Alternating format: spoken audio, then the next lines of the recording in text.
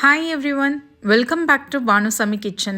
நாம் இன்னைக்கு என்ன ரெசிபி பார்க்க போகிறோன்னா நம்ம இட்லி கடைகளில் கிடைக்கிற மல்லிப்பூ இட்லி வீட்லேயே ஈஸியாக எப்படி செய்யலாம் தாங்க பார்க்க போகிறோம். எப்போவுமே நம்ம வீட்டில் இட்லி செய்யும் போது கொஞ்சம் ஹார்டாகவே இருக்கும். நாம் யோசிப்போம் என்னடா அது கடைகளில் மட்டும் இந்த அளவுக்கு சாஃப்டாக இருக்கே அப்படின்னா அவங்க ஒரே ஒரு பொருளை சேர்த்து தான் அரைக்கிறாங்க.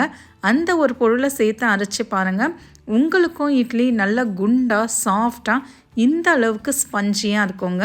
வாங்க இதை எப்படி செய்யலான்றதை பார்ப்போம். வீடியோக்குள்ளே போகிறதுக்கு முன்னாடி இந்த வீடியோ உங்களுக்கு பிடிச்சிருந்தா லைக் பண்ணுங்கள், ஷேர் பண்ணுங்கள், மறக்காமல் சப்ஸ்கிரைபும் பண்ணுங்கள். ஃபஸ்ட்டு நம்ம அரிசியை ஊற வச்சுக்கலாங்க. நான் இங்கே 2 கப் அளவுக்கு இட்லி அரிசி எடுத்திருக்கேன். இந்த கப்பில் தாங்க அளந்திருக்கேன். இது 250 ml கப்பு. நீங்கள் கிளாஸ் எடுக்கிறீங்கன்னா கடைசி வரைக்கும் அந்த கிளாஸை யூஸ் பண்ணுங்கள். 2 கிளாஸ் அளவுக்கு இட்லி அரிசி எடுத்துக்கோங்க. இதை 2 வாட்டி நல்லா கழுவி எடுத்துகிட்டு வந்துடுங்க. இப்போ பார்த்தீங்கன்னா நல்லா கழுவியாச்சு.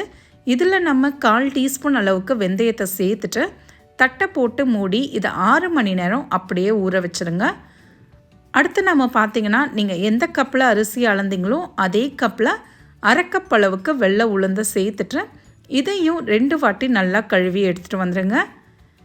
இப்போ இதில் தண்ணியை சேர்த்துட்டு இதையும் 6 மணி நேரம் அப்படியே ஊறட்டோங்க. 6 மணி நேரத்துக்கு அப்புறம் கிரைண்டர்லேயோ இல்லைன்னா மிக்சி ஜார்லேயோ இதை நம்ம அரைச்சிக்கலாம். நான் மிக்சி ஜாரில் தாங்க அரைக்க போகிறேன். ஃபஸ்ட்டு நம்ம அரிசி அரைச்சிக்கலாங்க. கொஞ்சம் கொஞ்சமாக சேர்த்து அரைச்சிக்கோங்க மிக்சி ஜாரில் அரைக்கும் போது. அடுத்து நாம் இதில் 3 ஆமணக்கு விதையை சேர்க்க போகிறோங்க. இதுதான் மெயின் இன்க்ரீடியண்ட்டு. இந்த கடைகளில் ஆமணக்கு விதைன்னு கேட்டு வாங்கிக்கோங்க. இந்த விதையில் மேலே தோலோடு இருக்குங்க. கொஞ்சமாக கல்லில் இடித்து எடுத்திங்கன்னா அந்த தோல் அழகாக வெளியில் வந்துடும். உள்ளே இந்த மாதிரி வெள்ளையாக இருக்கும். தோலோடு சேர்க்காதீங்க. தோலை எடுத்துட்டு அந்த வெள்ளை பகுதியை மட்டும் சேர்த்துக்கோங்க. 1 கப்பு அரிசிக்கு 1 ஆமணக்கு விதைன்ற கணக்கில் சேர்த்துக்கோங்க. தோலை எடுத்துகிட்டு சேர்த்துக்கோங்க, தோலோடு சேர்க்கக்கூடாது. அடுத்து நாம் இதில் 1 கைப்பிடி அளவுக்கு வெள்ளை சாதம் சேர்த்துக்கோங்க. அப்போ தான் இட்லி நல்லா புசு புசுன்னு கிடைக்கும். இதில் கொஞ்சமாக தண்ணியை சேர்த்துட்டு இதை நல்லா மைய அரைச்சி எடுத்துகிட்டு வந்துடுங்க. பாருங்கள், இந்த அளவுக்கு சாஃப்டாக இருக்கணும். மாவு தொட்டு பார்த்திங்கன்னா நல்லா சாஃப்டாக இருக்கணுங்க. நல்லா வெள்ளையாக இருக்குது பாருங்கள். இதை ஒரு பாத்திரத்துக்கு மாற்றிக்கோங்க. இதே மாதிரி ஃபஸ்ட்டு எல்லா அரிசியும் அரைச்சி எடுத்துகிட்டு வந்துடுங்க. இப்போ பார்த்திங்கன்னா நான் எல்லா அரிசியும் அரைச்சாச்சு. அதே மிக்சி ஜாரில் இப்போ அடுத்து நம்ம உளுந்து அரைச்சிக்கலாங்க. உளுந்து அரைக்கும் போது ரொம்ப ஜாஸ்தி தண்ணி சேர்க்க தேவையில்லைங்க. ஒரு 1/4 கப் அளவுக்கு மட்டும் தண்ணியை சேர்த்துட்டு இதையும் மைய அரைச்சி எடுத்துகிட்டு வந்துடுங்க. பாருங்கள், இந்த அளவுக்கு இருக்கணுங்க. எவ்வளோ சாஃப்டாக இருக்குது பாருங்கள். இதையும் நாம் பாத்திரத்துக்கு மாற்றிட்டு இதை நம்ம நல்லா கையால் கலந்து விட்டுக்கணுங்க. மாவு நீங்கள் கிரைண்டரில் அரைக்கும் போது இன்னும் உங்களுக்கு மாவு அதிகமாக கொடுக்கும். மிக்சியில் அரைக்கும் போது எப்போவுமே மாவு அவ்வளோ கொள்ளாது, ஜாஸ்தியாகவும் காட்டாது. நீங்கள் கிரைண்டரில் அரைக்கும் போது நிறைய மாவு கிடைக்கும். இதை நல்லா கையால் கலந்துட்டு இப்போ நாம் இதை தட்டை போட்டு மூடி ஒரு நாள் நைட்டு ஃபுல்லாக அப்படியே வச்சுருங்க. 8லேருந்து 10 மணி நேரம் அப்படியே இருக்கட்டும். மாவு நல்லா புளிச்சு வரும். நான் நைட்டு ஃபுல்லாக வச்சுட்டு மறுநாள் காலையில் இட்லி சுட ஸ்டார்ட் பண்ணுங்கள். மாவு பாருங்கள் நல்லா பொங்கி வந்திருக்கு, சாஃப்டாக இருந்ததுங்க மாவு. இப்போ நாம் இதில் தேவையான அளவுக்கு உப்பை சேர்த்துக்கலாம். கொஞ்சமாக உப்பை சேர்த்துட்டு இதுக்கு தேவையான அளவுக்கு தண்ணியும் சேர்த்துக்கோங்க. ஏன்னா மாவு கொஞ்சம் திக்காக இருக்கிற பட்சத்தில் நாம் கொஞ்சம் தண்ணியை சேர்த்து நல்லா கலந்து விட்டுருக்கோங்க. இதில் சோடா மாவு எதுவுமே சேர்க்க தேவையில்லைங்க.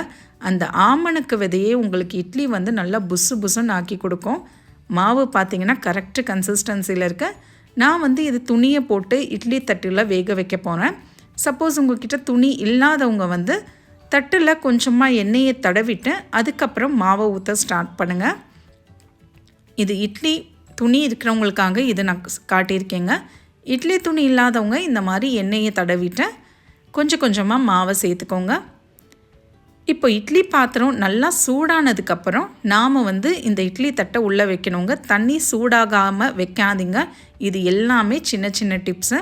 இப்போ நம்ம இட்லி தட்டை உள்ளே வச்சுட்டு எக்ஸாக்டாக ஒரு 10 நிமிஷம் இதை வேக விடுங்க. ஹை ஃப்ளேமில் ஒரு 8லேருந்து 10 நிமிஷம் இருக்கட்டும்ங்க. 10 நிமிஷத்துக்கு அப்புறம் பார்ப்போம். 10 நிமிஷத்துக்கு அப்புறம் ஓப்பன் பண்ணி பாருங்கள். ஒரு குச்சியோ இல்லை கத்தியோ வச்சு குத்தி பாருங்கள்.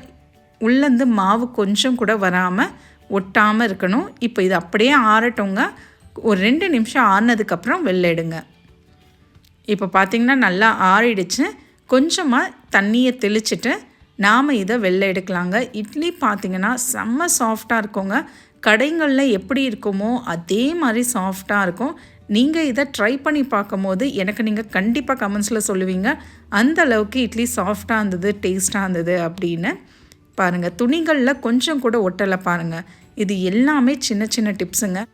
நான் சொன்ன இதே அளவுகளோடு ஃபாலோ பண்ணுங்கள். உங்களுக்கும் இட்லி இதே அளவுக்கு சாஃப்டாக சூப்பராக ஸ்பஞ்சியாக வருங்க. ட்ரை பண்ணி பார்த்துட்டு எப்படி வந்ததுன்றதை கமெண்ட்ஸில் சொல்லுங்கள். மறக்காமல் சப்ஸ்கிரைப் பண்ணுங்கள் அண்ட் பெல் ஐக்கானை கிளிக் பண்ணுங்கள். இன்னொரு வீடியோவில் உங்கள் எல்லாரையும் நான் பார்க்குறேன். Thank you for watching.